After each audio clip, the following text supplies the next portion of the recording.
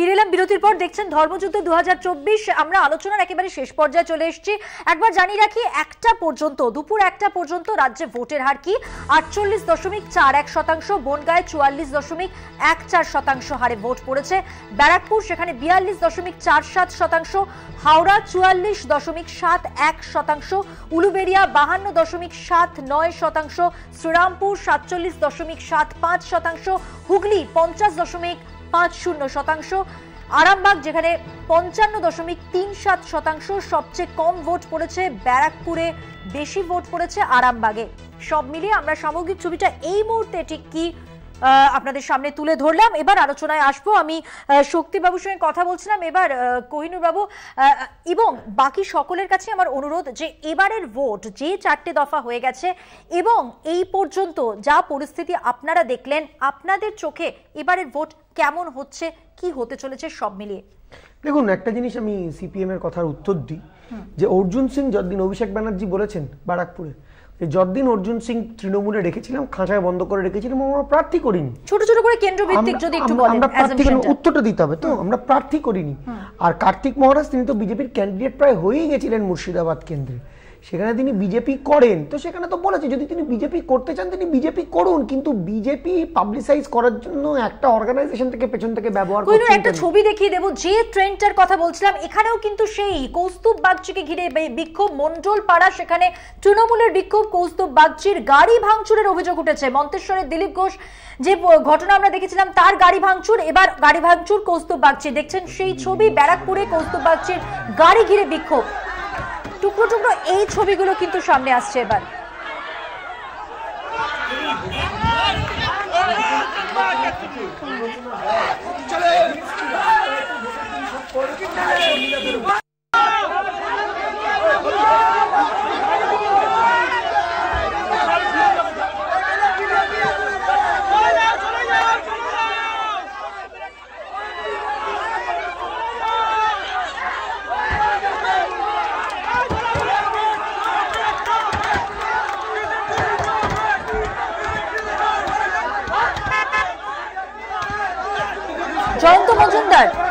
জয়ন্ত মজুমদার আমাদের প্রতিনিধি রয়েছেন এই মুহূর্তে আমাদের সঙ্গে টেলিফোন লাইনে। জয়ন্ত, আমরা যে ছবি দেখতে পাচ্ছি, কি কারণে বিক্ষোভ, কি অভিযোগ, কি দাবি?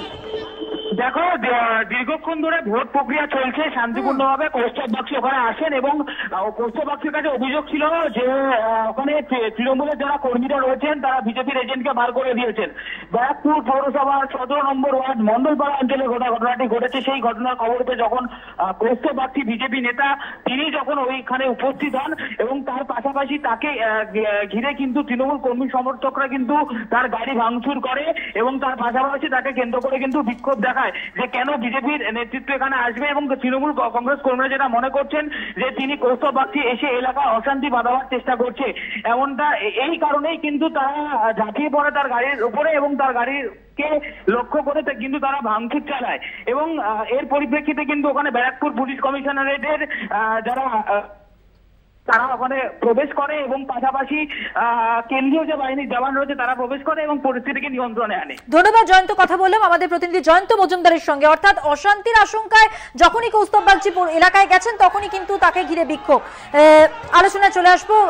কোহিনুর যেটা বলছিলেন আপনি এবং তার সঙ্গে সঙ্গে যারা বালি এবং তার বাকিরা আপনারা বলবেন যে এই দফা এখনো পর্যন্ত যেমনটা বলছিলাম নির্বাচনকে ঘিরে। না, আমি তো বলছি যে সত্যি দেখুন যে কোন এখানে তীর্থাঙ্কতা আছে, সিপিএম এর এক ভোট করানো নিয়ে বিশাল ইতিহাস আছে। সেইখানে দাঁড়িয়ে এখানে প্রত্যেকটা ক্ষেত্রেই আমরা দেখা যাচ্ছে যে বিজেপির একজন নেতা ঘুরছে আর সাধারণ মানুষ তাদের গো ব্যাক বলছে। যদি বলেন তৃণমূল কংগ্রেস কর্মী, তার মানে এত তৃণমূল কংগ্রেস কর্মী আছে, বিজেপি একটা কর্মীও রাস্তায় নেই। তাহলে কি এন্টায়ার আরএসএস শুভেন্দু অধিকারীকে সাবোটেজ করে গোটা বিজেপিকে হারানোর চেষ্টা করছে যে একজনও বিজেপির কর্মী ভোটের দিন রাস্তায় নেই, তারা বাড়ি চলে গেছে? এটা কোনো সম্ভব? আমরা দেখছি প্রথম থেকে ট্রেনটা তো একই রকম ঘটনা ঘটছে। বলুন বিজেপি কোথায়? বিজেপি রাস্তায় যদি সবাই তৃণমূল হয়, যদি সাধারণ মানুষ না হয়, যদি সবাই তৃণমূল হয়, 1% বিজেপি কর্মীরা রাস্তায় নেই। জনাব আলী, দেখুন ভারতীয় জনতা পার্টি আছে কি না সেটা তো ভোটের পরেই টের পাবেন। এখানে যা পজিশন যা দেখছি বিভিন্ন জায়গায় অবস্থা, তৃণমূল ভোট কেন্দ্রে যেতে দিচ্ছে না সাধারণ মানুষকে, তার পরিষ্কার একটা উদাহরণ আমরা এখানে দেখতে পাচ্ছি। এগুলো করে কিছু হবে না। এগুলো বহুবার করা হয়েছে, বাংলাতে এগুলো কিন্তু হবে না। যেভাবে যা ট্রেন্ড বুঝছি 7 কেন্দ্রেই বিজেপি জিততে যাচ্ছে। যেতে দেওয়া হচ্ছে না, মূলত এই কারণে ষড়যন্ত্র করে এটা করা হচ্ছে বলতে চাইছেন। শুনুন ম্যাডাম, 7 কেন্দ্রেই বিজেপি জিতবে, দুটো তো অলরেডি জেতা আছে, এবং অপর পক্ষে যেটা বলি কার্তিক মহারাজকে যেভাবে মমতা বন্দ্যোপাধ্যায় আজকে যে ভাষায় কথা বলেছে, মমতা বন্দ্যোপাধ্যায়কে প্রত্যাহার করে নিতে হবে এই কথাটা। তিনি দাঙ্গার নায়ক ছিলেন না, না কার্তিক বাবু দাঙ্গার নায়ক ছিলেন না, রেজিনগরের কাণ্ডে কার্তিক বাবু ছিলেন, এটা কখনো না। এরা কার্তিক মহারাজ তিনি একটা ধর্মীয় সংগঠনের প্রধান, তিনি কখনো এই যে পারেন না, তার জন্য ইমাম অ্যাসোসিয়েশন তারা ইমাম অ্যাসোসিয়েশন তারা ডাইরেক্ট তৃণমূলকে ভোট দিতে বলছে। আপনারা তো কিছু বলছেন না, কিছু বলছেন না।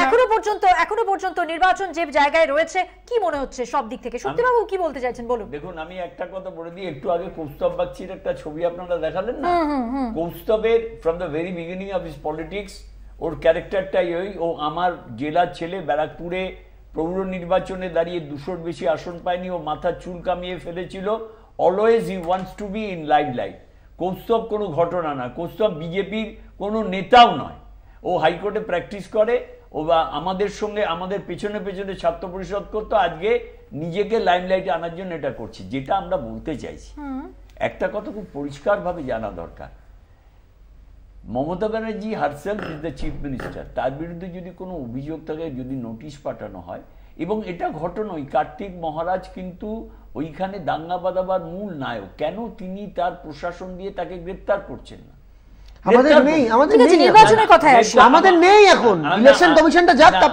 আমি আপনাকে বলি, আমি কোহিনূর, আমি তোমার কথা বলার সময় একটা আমি বলে দিলাম, উত্তরটা দিয়ে দিলাম, আর তো সুযোগ পাবো না, তাই জন্য বলে দিলাম যে আমাদের অ্যাপিলটা একটাই, যে সমস্ত ভোটাররা, সে যে দলের যেভাবে হোক, যেটা লেখা আছে democracy is for the people, by the people, of the people, সেই ভোটাররা এই প্রজন্মের আমাদের পূর্বপুরুষ যারা, তারা যাদের বয়স 60-এর ঊর্ধ্বে এবং 18 থেকে 30-32 যারা নতুন ভারতবর্ষ গড়বে, who are the pillar of next India, তারা শান্তিপূর্ণভাবে ভোটটা দিক।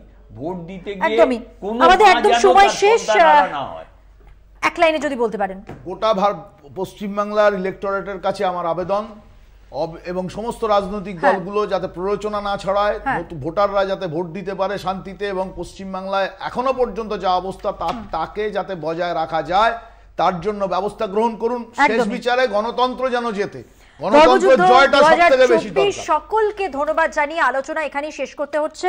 ধর্মযুদ্ধ 2024